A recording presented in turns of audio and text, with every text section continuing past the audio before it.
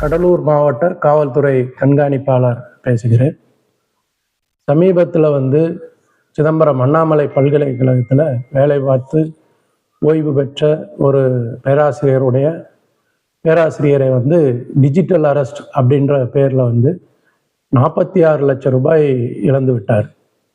அவர் உடனடியாக இங்கே சைபர் கிரைமில் இப்போ வழக்கு போட்டு அதை விசாரணை செய்து கொண்டு வருகிறோம். இங்கே மட்டும் கிடையாது, இது போன்ற நம்ம மாநிலத்திலேயோ இல்லை அதர் மற்ற மாநிலங்களில் பார்த்தீங்கன்னா இந்த டிஜிட்டல் அரெஸ்ட் அப்படின்ற முறையில் இந்த ஏமாற்று பேர்வழிகள் இது மாதிரி பண்ணிகிட்டு இருக்காங்க. ஸோ இதில் நம்ம கொஞ்சம் ஜாக்கிரதையாக இருக்கணும். அது சம்மந்தமாக சில கருத்துக்களை பொதுமக்களுக்கு நாங்கள் தெரிவிக்க விரும்புகிறோம். டிஜிட்டல் கைதுன்னா என்னன்னா, ஒரு நம்பர்லேருந்து வரும், நாங்கள் சிபிஐலேருந்து பேசுகிறோம் இல்லை என்ஐஏலேருந்து பேசுகிறோம் அப்படின்னு சொல்லி உங்களுடைய நம்பர், அதாவது உங்கள் செல்ஃபோனோ இல்லை உங்கள் ஆதார் கார்டையோ அதை ஒரு சட்டவிரோத செயலுக்கு உபயோகப்படுத்தியிருக்காங்க, அதனால் உங்களை நாங்கள் விசாரிக்கணும் அப்படின்னு வீடியோ கால்லையே பேசுவாங்க. அப்போ நம்ம அவங்களுக்கு ஏதோ ஒரு போலி சிபிஐனாலே நம்ம பயந்து விடுகிறோம்.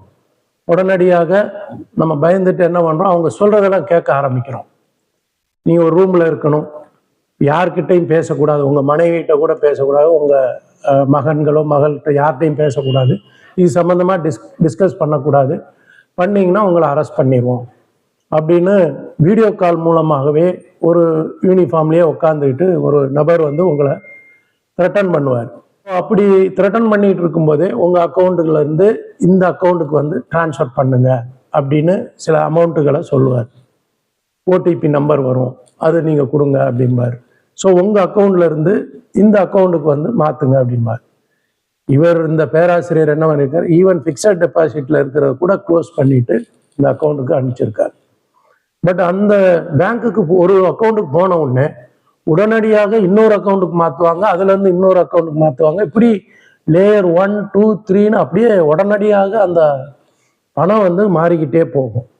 ஸோ அதனால் இந்த மாதிரி விஷயங்களில் நம்ம ஜாக்கிரதையாக இருக்கணும். ஏன் மக்கள் இந்த வீடியோ கால் வந்த உடனே பயப்படுறாங்கன்னா, பொதுவாகவே போலீஸ்னாலே ஒரு பயம் இருக்கும். ஸோ அதனால் நாங்கள் போலீஸ்லேருந்து பேசுவோம், சிபிஐலேருந்து பேசுகிறோம், என்ஐஏலேருந்து பேசுகிறோம் அப்படின்ன உடனே நம்ம பயந்து விடுகிறோம். ஸோ தயவுசெய்து அந்த மாதிரிலாம் நம்ம பயப்பட வேண்டிய அவசியம் இல்லை.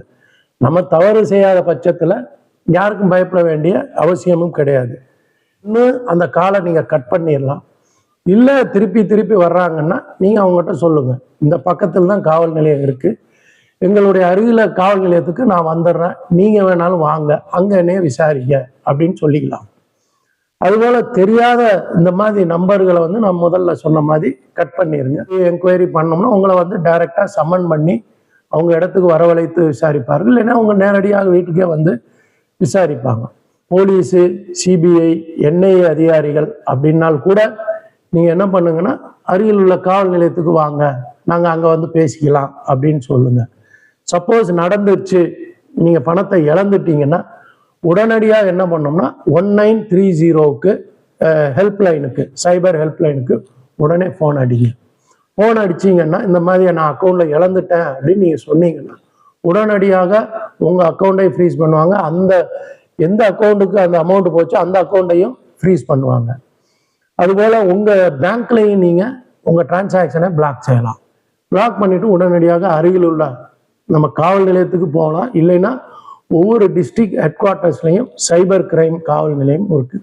உடனடியாக அந்த டிஸ்ட்ரிக்ட் ஹெட் குவார்ட்டரில் போயிட்டு சைபர் கிரைமில் நீங்கள் கம்ப்ளைண்ட்டு கொடுக்கலாம். உடனடியாக அவங்க எஃப்ஐஆர் பதிவு செய்து ஃபர்தராக விசாரணை செய்து அந்த பிளாக் பண்ண அக்கௌண்ட்லேருந்து உங்கள் எவ்வளோ அமௌண்ட்டு ரிட்ரீவ் பண்ணுறாங்களோ அது திருப்பி வருவதற்கான வாய்ப்புகள் உண்டு. நான் ஏற்கனவே சொல்லியிருக்கேன், அந்த ஏமாற்று பேர்வழிகள் அந்த அக்கௌண்ட்டில் வச்சுருக்க மாட்டான், அடுத்த அக்கௌண்ட்டுக்கு போயிடும், இன்னொரு அக்கௌண்ட்டுக்கு போயிடும், இப்படி லேயர் 1, 2, 3ன்னு போயிட்டே இருக்கும்.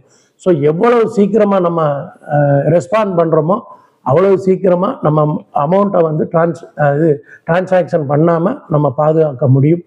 இல்லை நேரடியாக வர முடியலைன்னா www.cybercrime.gov.inக்கு ஆன்லைனில் கூட நீங்கள் புகார் செய்யலாம்.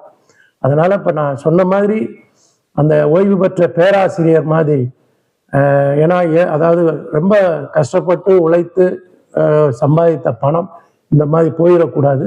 அதனால மக்கள் நம்ம தான் விழிப்புடன் இருக்கணும். ஏமாற்று பேர்வழிகள் எல்லா வகையிலையும் நம்மளை ஏமாற்றுவதற்கு முயற்சி செய்வார்கள். அதற்கெல்லாம் நம்ம வழி கொடுக்க கூடாது. தேவையில்லாத லிங்கை தொடாதீங்க, தேவையில்லாத ஃபோன் அட்டன் பண்ணாதீங்க. எந்த சந்தேகமாக இருந்தாலும் அருகில் உள்ள காவல் நிலையத்தை தொடர்பு கொள்ளுமாறு கடலூர் மாவட்ட காவல்துறை சார்பாக கேட்டுக்கொள்கிறோம். நன்றி, வணக்கம்.